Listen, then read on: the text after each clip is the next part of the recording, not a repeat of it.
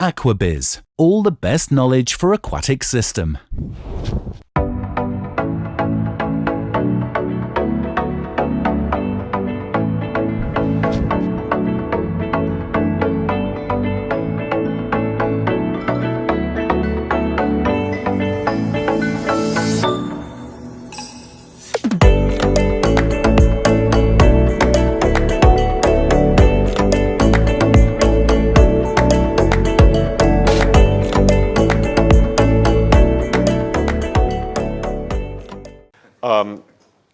First of all, thank you for the invitation. Very happy to be back here. I was here in September and gave a presentation. Actually, my second presentation has a few elements from that previous one. But before I get into this, I just wanted to add a couple things about the soybeans. That was a really nice overview that you gave. The SSAP, this is that certification protocol for soybeans. This has become important for farmers and producers that are looking for export markets, particularly those that require certified products. And the certification systems that are out there now, ASC, BAP, Global Gap, they require soybeans certified to that SSAP standard. So one of the things about soybeans in Brazil, you know, it's good quality soybeans, but a lot of rainforest has been converted into soybean fields. And so that has impacts on climate change, and those can't achieve SSAP certification.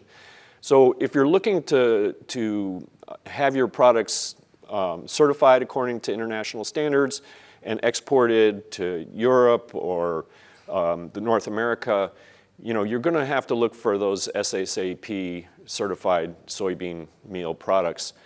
The other issue that I wanted to mention is that USSEC commissioned some research, I guess about 4 or 5 years ago, to look at the quality of soybeans from different growing areas around the world. And you know, they're basically similar, but there are some aspects of soybeans grown in North America, the United States, that are slightly higher quality issues. Again, the differences were small, but they were definitely there. Okay, so with that as an introduction, you know, I think Chuchai explained a little bit about my background. I've been working in aquaculture more than 40 years, done a lot of different things.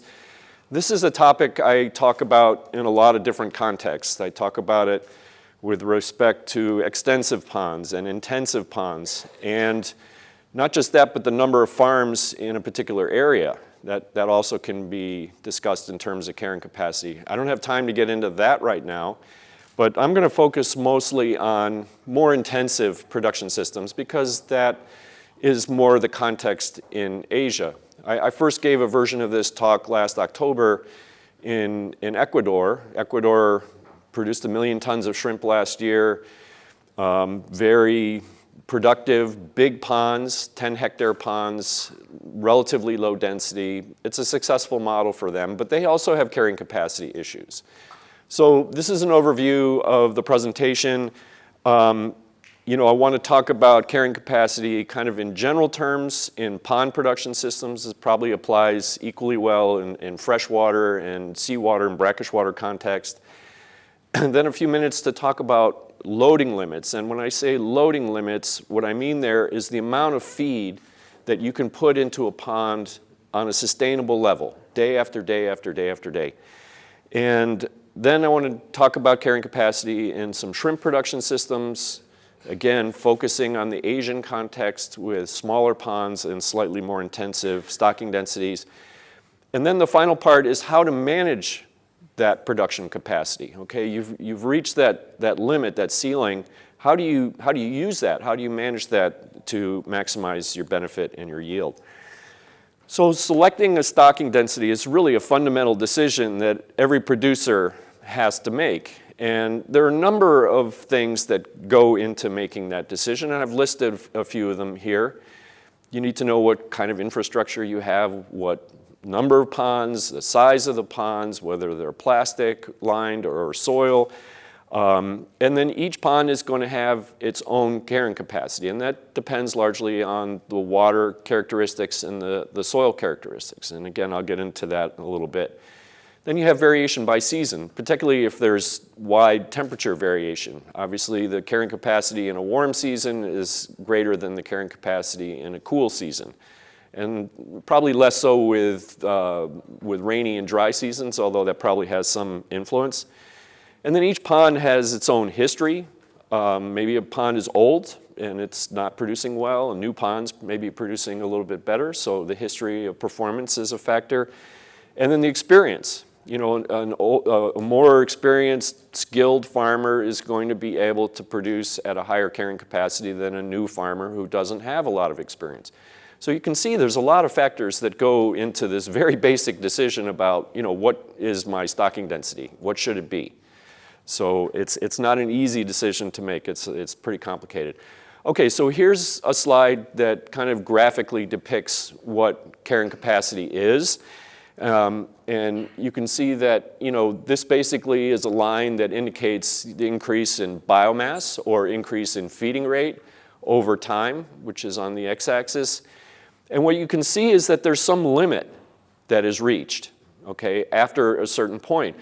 And there's some kind of what I call environmental resistance that imposes that limit. Okay, and I'm going to get into this in more detail, but try to remember this idea of some kind of limit or some kind of resistance that's imposed by the environment on the production system.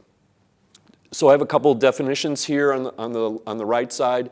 Maximum biomass that can be sustained in a production unit. Okay, so that's sort of your upper limit of biomass, okay? The capacity of a production system to assimilate organic matter and metabolic waste. This gets to this loading limits concept that I mentioned, that you can reach to some maximum level of feeding rate, and that is determined by the processes, the natural processes in the pond that are there that can assimilate the wastes that are generated from feeding. And then we have the maximum production possible while maintaining water quality within the tolerance limits of the cultivated animals. So what that suggests is that it depends on what species you're growing, because the different animals have different tolerance limits. I work a lot with tilapia, very hardy with water quality. Shrimp are probably a little more sensitive. So all other things being equal, the carrying capacity for shrimp should be slightly less, okay? So again, you can see it's a little bit complicated. So this is another way to look at carrying capacity, and this is very common sort of ecological model, and it's called a pressure state model. So on the bottom, that's your pressure indicator. And in this case, it would be biomass. So you're increasing biomass along the x-axis here, and then you have a state indicator. That indicates the state or the quality of the environment that changes. And as an indicator, think about dissolved oxygen concentration. So what this says is the biomass increases in your pond, your state indicator, the condition of the environment, is going to go down, okay? Your dissolved oxygen, your average dissolved oxygen, or your minimum dissolved oxygen is going to go down. And what you'll see here is that it's not a linear function. As biomass increases, the state indicator doesn't decrease as a linear function of biomass, but you get to some kind of tipping point. You get to some threshold where you have a rapid change in the environment. So you reach to some kind of biomass, and that's going to be really indicating your carrying capacity. And you see this rapid tipping point, this rapid change in dissolved oxygen or some state indicator of the environment. Again, this is a very generalized schematic representation of carrying capacity that can be applied broadly in ecological models. Okay, so I'm going to make this point repeatedly in this presentation that oxygen is really the critical variable that we should be considering here in this discussion of carrying capacity. There are other variables, and I'll get into those as well, but I want to focus on oxygen. Now, oxygen dynamics are rather complex in most ponds, and that is because you have various processes that are producing oxygen, photosynthesis, we have diffusion of oxygen from the atmosphere into the water and in the other direction, and we have aeration, okay, various amounts of aeration. And then we have processes that are consuming oxygen on the other side. We have respiration by the water, by the bacteria and the algae in the water, by the shrimp crop, and by the sediment if you have a soil-based pond. So at any one moment, those processes change. The rates of those processes vary. So it makes it a little bit difficult to determine the carrying capacity, but the point is that oxygen is the limiting factor. And not just oxygen, but actually getting oxygen down to the pond bottom. So, a lot of the oxygen production in green water shrimp ponds occurs in the upper part of the water column. Sort of the engineering challenge is to get that oxygen down to the bottom where the shrimp crop are. Now Vanemi are a little bit more mobile. They're a little more in the water column compared to, say, Monodon, which are a little bit more benthic. But even so, really the challenge is to have good oxygen conditions down at the bottom. Okay, so one of the important points about carrying capacity is that it's not fixed. You can change it, and you can change it with technology, and you can change it with inputs from outside the pond, and that's what's sort of indicated here. You don't even really need to know the numbers, okay? You just need to know that there's a greater level of intervention, more inputs from outside in terms of feed, in terms of aeration, energy, water exchange, that kind of thing. And then your carrying capacity increases. And it doesn't increase in a linear fashion. It increases more or less in a stepwise fashion. As you change the package, the technology package that you're applying to the pond, you can increase the carrying capacity in these stepwise functions so that it goes up. And you can see the kinds of inputs that you're applying the pond to change that carrying capacity, okay? So here are some numbers. And I don't really have numbers for shrimp, but I would say that these numbers for tilapia probably apply fairly well to shrimp farming context. And over here, you have the various combinations of inputs, stocking, feeding, aeration, water exchange, that you're applying to achieve these different yields. The important part of this table is on the right-hand side, and that's the limiting factor. That's the thing that's imposing this environmental resistance to carrying capacity that I showed in that first or second slide. And you can see under very extensive conditions, it's basically the availability of natural foods under very low stocking densities like you'd see in these kind of shrimp mangrove systems where you're stocking less than 5 animals per square meter. But you can see that at production intensities ranging from about 3 tons up to 10 tons per hectare, that dissolved oxygen is the main limiting factor, okay? So once you get beyond 10 tons, then really it's the accumulation of metabolites in the pond. And that could be ammonia, it could be nitrite. And really from my perspective, it's related to the accumulation of solids. Okay, so if you have to start getting solids out of the system once you get up to above 10 tons per hectare, in my estimation. But you can see that as long as you keep adding aeration and taking care of the metabolites, you can keep increasing the carrying capacity, okay? So very intensive systems are possible. All right, I mentioned this earlier. This is sort of the second part in talking about loading limits. So this is related to how much feed you can add to a pond, again, on a more or less sustainable level. And it changes quite a bit.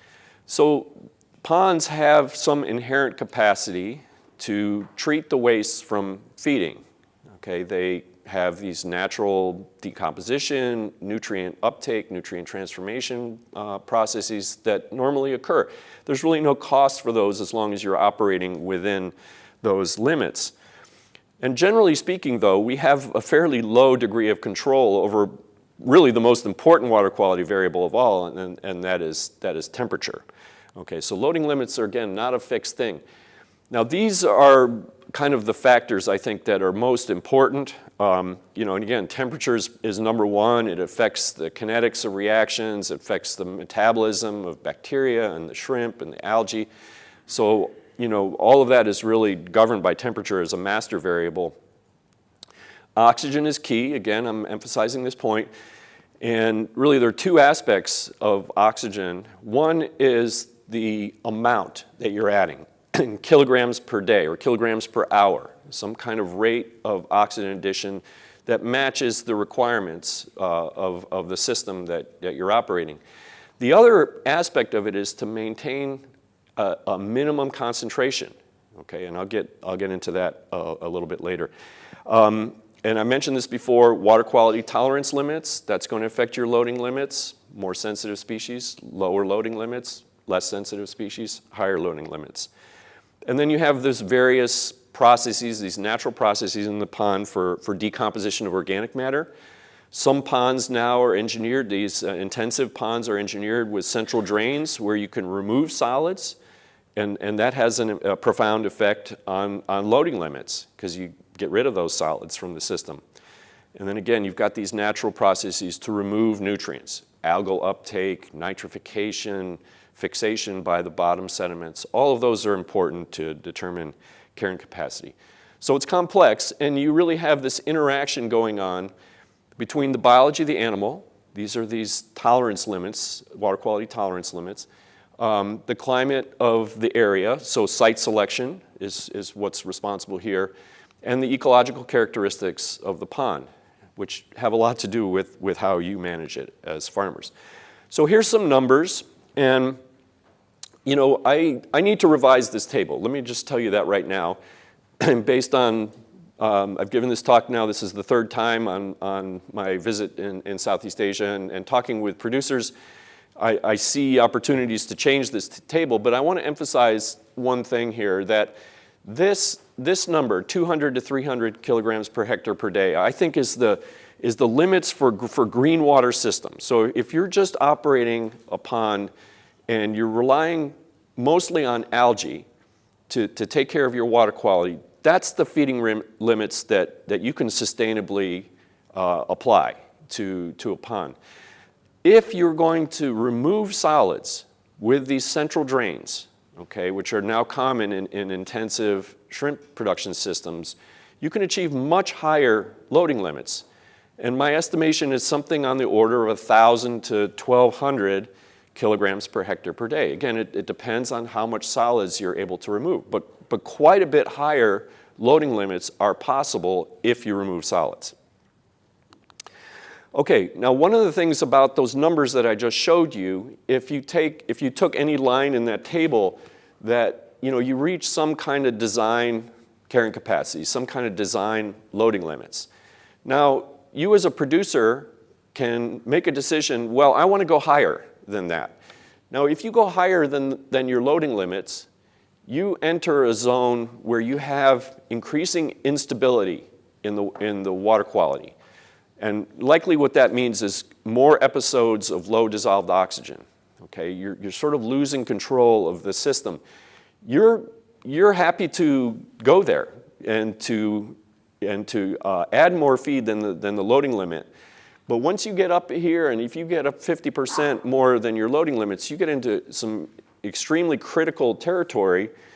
So you have to ask yourself how much tolerance of risk do you have, okay? Because that's essentially what you're talking about here is high risk tolerance. This is basically a safe operating zone when you're within your carrying capacity, okay? Now, I mentioned again, oxygen being important. It's important as a stress factor, and particularly low dissolved oxygen. And I've listed actually a whole number of stress factors over there in that box on the right. So you can take any one of these and put it into this box, and it's probably going to have very similar effects. And let me just go through this rather quickly here. But basically, what I'm saying is stress has three main kinds of effects that ultimately affect profitability of an operation.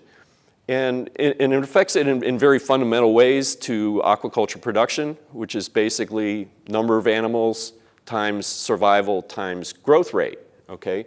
So here, this line affects survival. So if you have stressed animals, it's going to affect their ability to fight against disease.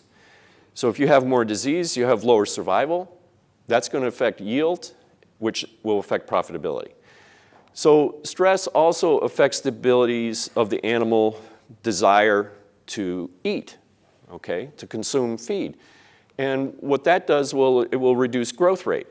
And by reducing growth rate, that's going to reduce yield, which will reduce profitability. The other thing is that of the feed that it does eat, okay, the amount that is actually digested well goes down, okay? And this is in the literature. This is very clear. And that's going to affect feed conversion ratio. You're just going to have a higher feed conversion ratio, and that affects profitability directly. So a stress factor, like all these stress factors, can affect survival, growth rate, and feed conversion, all of which affect system profitability. So managing oxygen is really key. Now this is an important graphic here. This is the results of a study done in the laboratory, but I think it bears, it should apply in the field. There's no reason why it wouldn't apply in the field.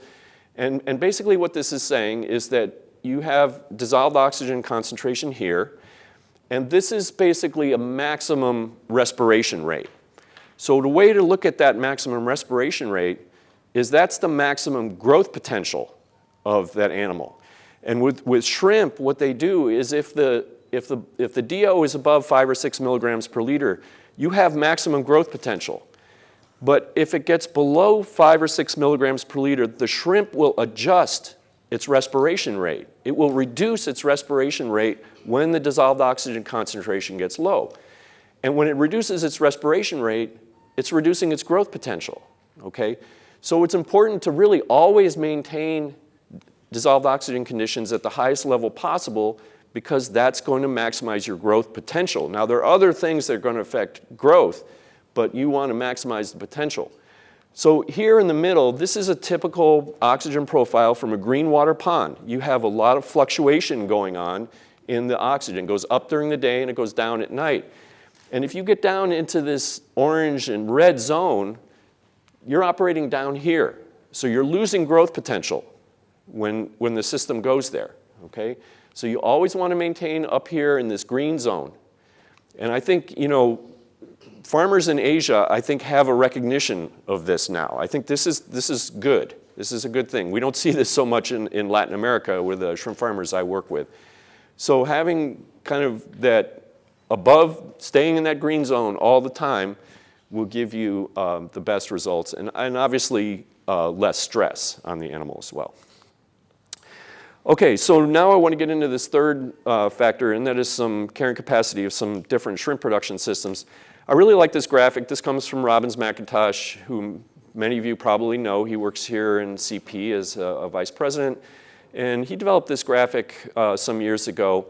So he talks about shrimp production systems in terms of generations. So there was an earlier generation and a later generation. That's what the numbers mean, the G1, 2, 3, 4. But I just want to call your attention to a couple things in this graphic. Really, these numbers here that are indicated, those are carrying capacity numbers, okay? And this goes back to an earlier point I made, that if you change the technology package, you can increase the carrying capacity of the system. So I think these numbers are useful guidelines. I agree with these numbers. In my experience working with producers in Asia and Latin America, you know, mostly in Latin America, this is where we're operating. You know, the misleading part of this graphic is that there's been an evolution, but in fact, the fact of the matter is that all of these systems are there in the world simultaneously, okay? I've drawn a red box around these two because if you look down here at these numbers, so this is basically the percentage of shrimp grown globally under these types of systems. So most of the shrimp, and this was 17, these are old numbers, so it's probably even higher right now. So most of the shrimp in the world are grown in these so-called Generation 3 systems that are using domesticated vanami and are producing about 10 to 20 tons per hectare in 0.5 to 1 hectare ponds, okay? Another important point here about carrying capacity is that as the size of the production unit goes down, you as a farmer or culturist have more control over water quality. And as such, you can achieve greater yields. So you can see that pretty plainly here. These are the size of the production units. And I'm sorry I don't have it in rye, but you know, I think many of you can make this conversion. And you can see the kinds of carrying capacities that you can achieve with systems like this. And you can see the general trend as well. Okay, let me give you a couple concrete examples. This is a biofloc system. Now, biofloc, I worked a lot with biofloc, and it was popular 10 or 15 years ago. I think there's been some changes, but you know, this is just an example. And you can see there are small ponds stocked up to 150, a lot of aeration. You know, you need that aeration to keep those solids in suspension, sludge removal, and you keep solids at about 15 milliliters per liter in the Imhoff cone. I don't know if you're familiar with these cones. You let the solid settle, and you control nitrogen by adding organic carbon sources. That's essentially how that works. And this is basically what you can get, 20 to 25 tons. And you know, again, I agree with these numbers. This is commercial experience that you're able to obtain. Now, some of the farmers in Indonesia, they made some adjustments. They call it a semi-biofloc system. And one of the things they did is they reduced the amount of solids. And what that does is it reduces your risk and it reduces your requirement for aeration. And so you really have kind of a mixotrophic or a hybrid system between algae and bacteria. It's still predominantly bacteria because your loading limits are quite high. You're above that green water limit. They're stocking a little bit less than the previous example, and you're getting a little less out of it, 15 to 20 tons. So it's a little less risky and a little less productive, but it's something that they're a little bit more comfortable with. Okay, so in Asia, there's sort of a general rule that people apply, and that is that 1 horsepower of aeration can support about half a ton of shrimp. Okay, it's a general rule. It's not fixed in the literature. There's actually very little scientific basis for this rule. It's just a general rule that producers have learned from experience. And so based on this rule, and this is another way to say that rule, horsepower per hectare is about the same as a feeding rate of 10 to 15 kilograms per hectare per day. And so these are some of the stocking densities and the aeration rates and the yields that can be obtained. It doesn't apply exactly to this rule because when you get down to lower stocking densities, the rule bends a little bit. You can actually support less shrimp with a horsepower of aeration. But when you get up to high stocking densities, it's definitely a good rule to follow. So these are some of the yields that can be obtained. Again, this is your carrying capacity. You have more aeration in the system, you can achieve greater yields. Pretty simple there. All right, this graphic, I just want to point your attention to this. This was the results of a survey that was done by Dr. Boyd and some of his colleagues in some work done for the World Wildlife Fund. And what they found, you can see some of the countries here, some of the stocking densities. Here's Thailand. These are the aeration rates that are found, and these are kind of averages. You know, they're going to be higher or lower depending on what farm you visit. This is the number of hours operated, and that's kind of what I wanted to show you here, is that it's not just the amount of aeration, but the number of hours, and then the average yields that can be obtained. That's sort of national yields, and you can see a lot of variation, but generally more intensive. The other thing I would point out to you here is that here's Ecuador, and actually this is probably even higher a little bit now, but it's in this range, and this is the yield that's obtained in large ponds. All of these others, from India on down to Indonesia, are small ponds, 1 hectare or less, usually half hectare or less, okay? And Vietnam in particular has gotten very intensive. All right, I'm going to have this graphic in my next slide as well, and I'm going to make the same point, is that this shows you the oxygen requirement that you have to supply for every kilogram of feed that you're putting into the pond. And it's roughly 1 or 1.2. It depends on the feed conversion. If you have a bad feed conversion, your feed oxygen demand is going to be higher. But it's roughly 1 to 1. And we can break that apart from these different components. One component is the respiration by the shrimp. And that's approximately 25% of the total. About a quarter of the feed oxygen demand is actually the respiration by the animals. About half of it is the oxygen demand by the bacteria that are decomposing the waste organic matter, okay? So if you're removing solids from a central drain, you're sparing the oxygen that you're providing in aeration, and then it can go to the shrimp instead. You're not using it for the decomposition because you've gotten the organic matter out of the system. So this is an argument. This feed oxygen demand is a big argument for trying to get solids out of the system, thereby allowing much higher feeding rates than I showed you for just green water systems.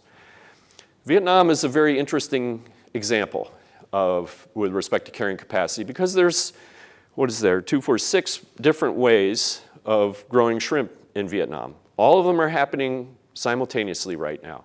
And I've highlighted the ones that are more intensive, and we're getting into these super intensive systems now. And you know, I just came from Vietnam to here, and you know, they're reporting even higher numbers than I'm indicating here. But that's probably a good range to consider. And again, this is carrying capacity, 20 to 40 tons per hectare. So here's another example of a system. This actually comes from Thailand. I know a lot of farmers not really applying this system, but I like kind of the general concept here. And basically you have a shrimp pond here with a central drain, and the solids are collected, and then they're sent, here's the central drain, they're sent over to a treatment pond. The first part of the treatment pond has a very deep pit. So this is where the solids that are going to come out of the central drain are going to accumulate here. And you'll have a lot of fermentation. And then they go through this sort of green water serpentine and are then returned to the grow-out pond. And these grow-out ponds are 0.4 hectares. So what is that? That's a quarter rye, right? And you can get, again, very high feeding rates. So that's over 1,000 kilograms per hectare per day. And you can get yields of 25 tons per hectare. Okay, so you can see kind of in a consistent pattern of yields associated with these intensive shrimp production systems, 20, 25 tons per hectare being kind of an average. Okay, let's talk about how to manage carrying capacity, and this is the last part of this presentation. One of the big changes that's happening, and this is actually one way I think you can increase carrying capacity a little bit, and that is by increasing feeding frequency. Now, a lot of the farmers that I worked with in Latin America, they put feed in a canoe, a boat, and they go out in the pond and they shovel it into the pond once or twice a day. That's been the traditional way. There's been kind of a revolution now. We're using a lot more automatic feeders where you're feeding shrimp every 10 minutes. And by doing that, you're spreading the load out during the day. And when you spread the load out, you can actually put more feed in the pond. Okay, so that's a way to increase carrying capacity, is by increasing feeding frequency. So I've talked about technology packages, and this is kind of what's going on in Ecuador now. And I keep bringing up Ecuador because I work a lot with the farmers there. And all of these things have been happening. All of these are changes that have happened in the industry that have contributed to its amazing success. Starting with feeds, you know, the quality of feeds is much better now than it was even 10 years ago. There's a lot more extruded feeds, and the reason they're using a lot more extruded feeds is that they're using in automatic feeders. And those have been absolute game changers in the system. Increasing the feeding frequency is really key to getting good, efficient growth. They're using a lot of multi-phase grow-out systems. This is a way to increase carrying capacity as well. More aeration, they're using bioremediation, and they're using good genetics, okay? So all of these taken together are ways to increase carrying capacity. And I want to focus here on some genetics, and I'm not here to sell CP genetics, but I will tell you that, you know, if use the best genetics that you can put your hands on, okay? And if you're not using the best genetics and your neighbor is, you're falling behind your competitor. So use good genetics. And why? Here's 3 different strains of shrimp. Look at the days of culture. If you want to manage your carrying capacity, you want to turn over your crops as fast as possible. That's a way to manage your carrying capacity to get good production per year from the system. Okay, that's managing carrying capacity. Another way is to use nursery systems. Now, if you do direct stocking from a hatchery and you grow up to a harvest size, and assuming that this is your carrying capacity level, for the whole first part of the culture, you have this huge amount of unused carrying capacity. So you want to try to stock a larger animal in the system so that you're better utilizing the carrying capacity. So I don't have time to go into all the aspects of this graphic, but using nursery systems, okay, 1-phase, 2-phase, even 3-phase nursery systems will give you better survival, better feed conversion, better growth rate, and a lot of it is really based on rotation, just turning over your crops, more crops per year, better utilization of the carrying capacity that you have, okay? So there are a lot of examples of different kinds of nursery systems out there, and it really kind of depends on your goal in terms of the size that you're going to grow them to before stocking. So if you're going to grow animals up to 1 to 3 grams before you transfer, small ponds, and this is the carrying capacity that you can obtain.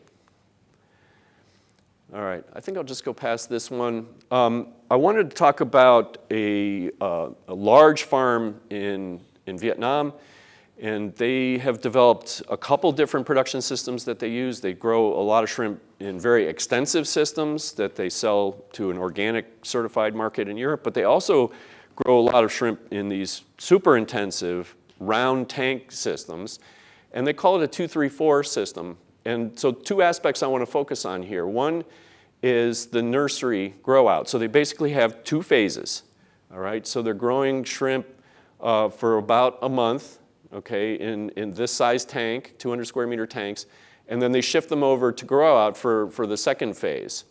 Now the other thing they do to maximize the carrying capacity is they do partial harvests. So you basically grow shrimp up to your carrying capacity, you harvest a certain amount, you grow them up to carrying capacity again, you harvest a certain amount, you grow it up to carrying capacity again, and then you harvest the whole crop. Okay, so that's what they do with the 3 harvests. So there's 25%, 25%, and then 50% of the crop is obtained. But that's how you utilize the carrying capacity, okay? You grow it up to that level. And I'll give you a specific example, okay? Let's assume carrying capacity is 25 tons per hectare. Grow it up to 25 tons, harvest 10. Grow it up to 25, harvest 10. Grow it up to 25, harvest 25. How many have you produced? 45 tons per hectare. Your carrying capacity is 25, okay? So that's a way to manage it. All right, so there are a lot of these round ponds here, and this is really changing a lot in Vietnam. There's, I originally thought these were subsidized by the government. Apparently they're not. The shrimp farmers have basically taken on themselves. You can see this is an old pond, and they've taken this old pond, and now they've got 6 round tanks in here. Again, you'll see typically 2 sizes of tanks. One is like in the 100 to 200 square meter range, and then the others are 800 to 1,000. And these are the carrying capacities that you can get. Now, I wanted to point out something here with respect to size, and this gets to the water quality tolerance limits issue. These smaller shrimp have lower water quality tolerances, so you can't quite grow to the carrying capacities that you can with the larger shrimp that are a little more tolerant, okay? So those are some numbers there. Yeah, and this pretty much shows the same story. Again, you've got biomass that changes, and it really depends on the size of the shrimp that you're growing. Yeah, so this is the Minfu system. These are basically water treatment ponds ahead. These are the nursery tanks, and then these are the grow out tanks, the second phase that they use. Okay, just to wrap this up now, so I emphasize this point about the need for good oxygen supply, maintaining not just sufficient quantity, but the sufficient concentration, best growth at 5 to 6 milligrams per liter. Green water systems, 200 to 300 kilograms per hectare is a reasonable loading limit. If you're taking out solids, it's probably 5 times as much. It could be 1,000, 1,200 kilograms per hectare per day in these small ponds. So it really depends on the size of the pond and definitely how much aeration. I gave you that rule of thumb of a half ton per horsepower, and how much solids you're getting out of the system. Because when you get that super intensive systems, you're shifting from oxygen as a limiting factor to solids as a limiting factor. Yeah, and as I said, in these super intensive ponds, it's really the accumulation of organic matter and the consequences of that that are going to affect carrying capacity. Yeah, so keep the bottoms clean, and you can increase the carrying capacity by increasing feeding frequency, automatic feeders, genetically improved shrimp, and multi-phase grow-out systems. And it really is one of the keys to profitability in shrimp farming. There's no doubt about that. Okay, with that, I'll thank you for your attention. I have another presentation coming up in a little while. Thank you for coming today.